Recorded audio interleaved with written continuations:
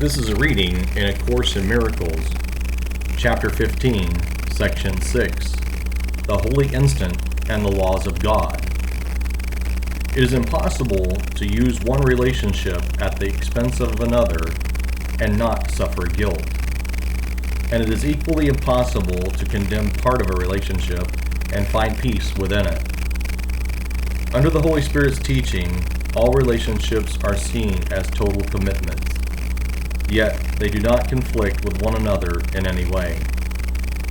Perfect faith in each one, for its ability to satisfy you completely, arises only from perfect faith in yourself.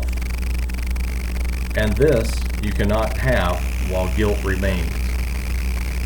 And there will be guilt as long as you accept the possibility and cherish it, that you can make a brother into what he is not, because you would have him so. You have so little faith in yourself because you are unwilling to accept the fact that perfect love is in you. And so you seek without for what you cannot find without. I offer you my perfect faith in you, in place of all your doubts. But forget not that my faith must be as perfect in all your brothers as it is in you, or it would be a limited gift to you.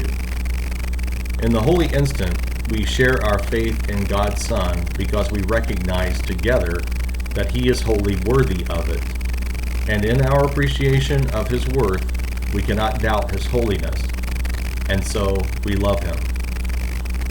All separation vanishes as holiness is shared. For holiness is power, and by sharing it, it gains in strength. If you seek for satisfaction in gratifying your needs as you perceive them, you must believe that strength comes from another, and what you gain, he loses. Someone must always lose if you perceive yourself as weak.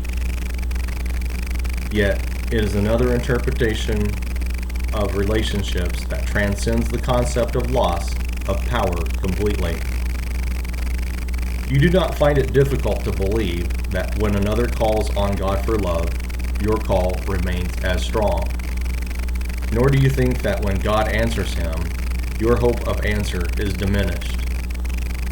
On the contrary, you are more inclined to regard his success as witnesses to the possibility of yours.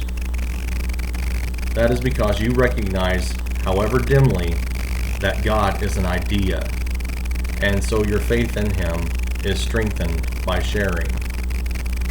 What you find difficult to accept is the fact that, like your Father, you are an idea.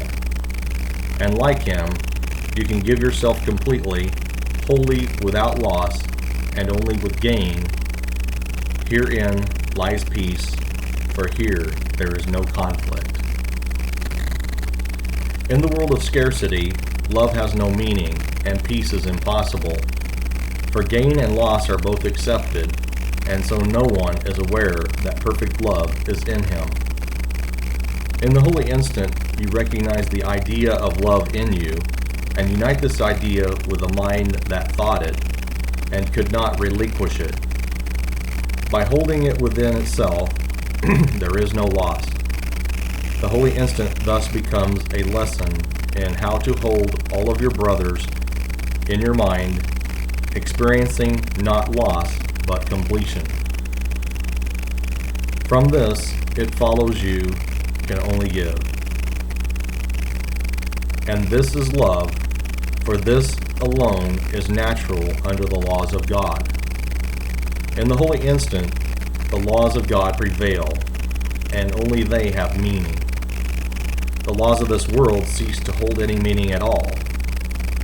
When the Son of God accepts the laws of God as what he gladly wills, it is impossible that he be bound or limited in any way.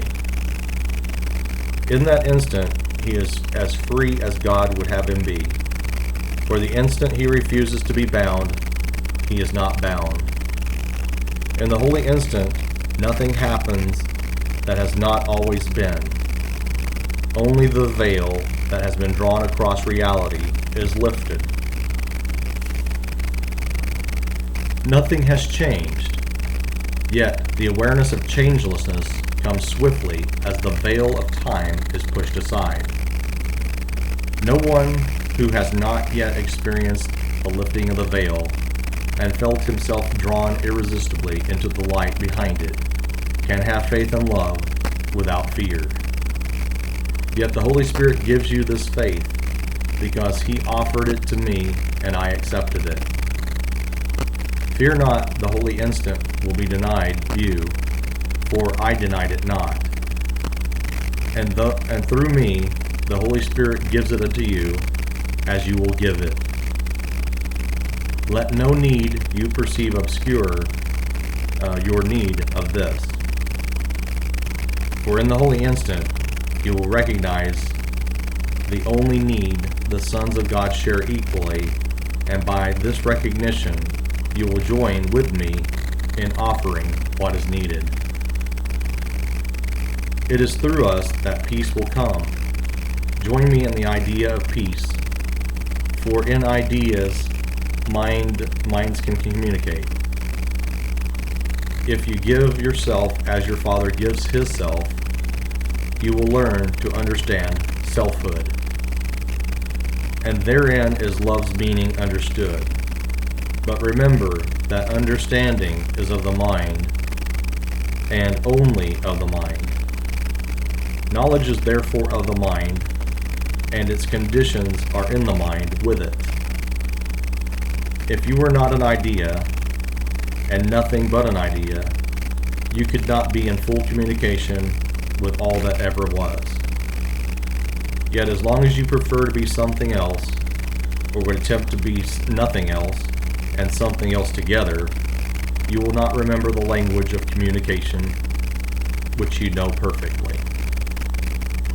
In the holy instant, God is remembered, and the language of communication with all your brothers is remembered with Him. For communication is remembered together, as is truth. There is no exclusion in the holy instant, because the past is gone, and with it goes the whole basis for exclusion. Without its source, exclusion vanishes, and this permits your source and that all of your brothers to replace it in your awareness. God and the power of God will take their rightful place in you, and you will experience the full communication of ideas with ideas. Through your ability to do this, you will learn what you must be, for you will begin to understand what your Creator is and what His creation is along with Him. That is the end of the reading in A Course in Miracles, Chapter 15, Section 6.